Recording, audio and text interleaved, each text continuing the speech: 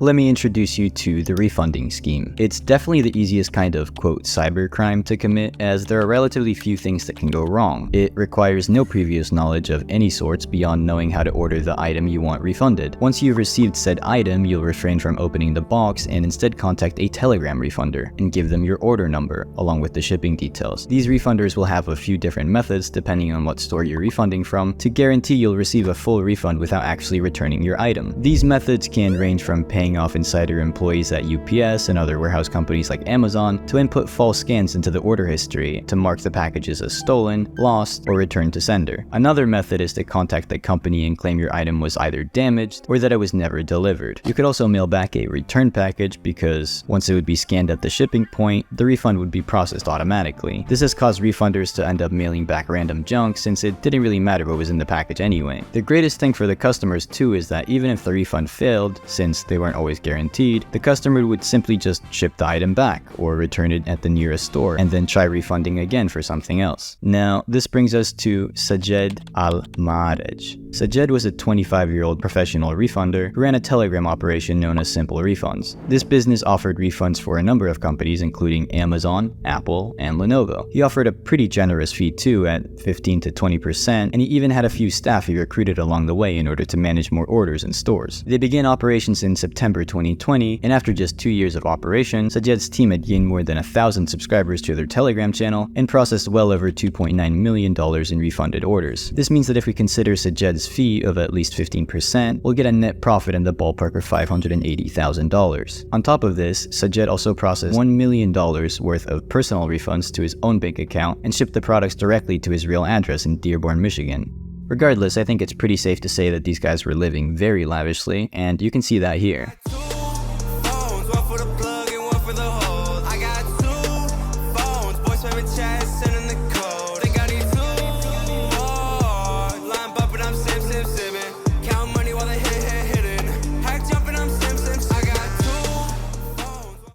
Now, up until recently, very few arrests have been made related to refunding fraud, and for most of my time online, this was always considered to be small-time fraud that no one really cared about, especially since there were no human victims, just a big mega corporation losing track of another order out of a million. However, this has been changing in recent years as the refunding operations have scaled up significantly, and in return these companies have been losing millions of dollars annually. The Department of Justice is now actively pursuing refunders, but they don't really seem to care about the customers buying the service or the staff that take care of the orders. The feds operate sort of like a drug bust here, and the main goal is always to get the head honcho. Now, this was bad news for Sajed, but it seems like he wasn't aware of this during that time, or at least he didn't care. You see, Sajed was pretty open about the illegal nature of his business and frequently made fun of the companies he was defrauding, like when one of the companies found screenshots of a successful refund order on one of their advertising pages, they issued a warning to him stating they would contact law enforcement, but Sajed just laughed this off and posted it in his watch channel as some sort of trophy for all his hard work.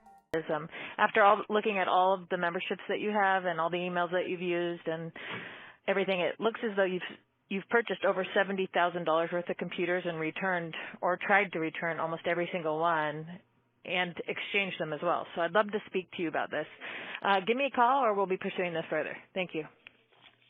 To evolve his business tactics even further, Sajed then started a 15-slot mentorship program offering to teach you everything he knows about refunding. These would sell for $6,000 per slot, which would total out to around 90 grand for the full course if he sold all of his slots. Like I said before, Sajed was doing a lot of his own orders, and he would brag about those too all the time in order to bring in more customers. And if I have to be honest, I think this is definitely what put him on the radar because his purchase history is insane. Between January 2021 and July 2023, Sajed refunded more than 200 different orders, meaning he did around 7 orders per month on average. These would all be getting shipped straight to his house, and on top of that, the refunds would be processed straight into his personal bank. The main change he would make between the orders was changing the name on the package in order to avoid fraud detection, and through this method, he was able to refund more than $500,000 from a single company, and then went on to rake in a total of $1 million in free refunded cash. If you discovered a method like this, I'm sure you'd be absolutely stoked, and of course, Sajed was. A few months after this, he sold his business to to another Telegram user, and it seems like his intention was to retire from the community. Of course, his story could have had a great ending here, but this wasn't the reality of the situation. You see, the DOJ had been building a case on Sajed for years now, and last Tuesday on September the 27th, he was indicted for wire fraud and mail fraud. This case is still in its early stages of trial, and although I have no information on what his potential sentence looks like, I think it's not going to be pretty since I suspect the court will try and make some sort of example out of him. Wire fraud and mail fraud charges are no joke, so I want to make it clear to everyone watching this that doing this is an awful idea and most likely will end up with you getting caught, scammed, or something worse. It's extremely clear that the feds have had enough of young adults getting rich with this method because another popular refunder known as Resu was confirmed arrested as well a few days after this happened. Now, originally when I was making this video, I thought they were the same person, but it's clear they at least worked together, so this is most likely a connected case.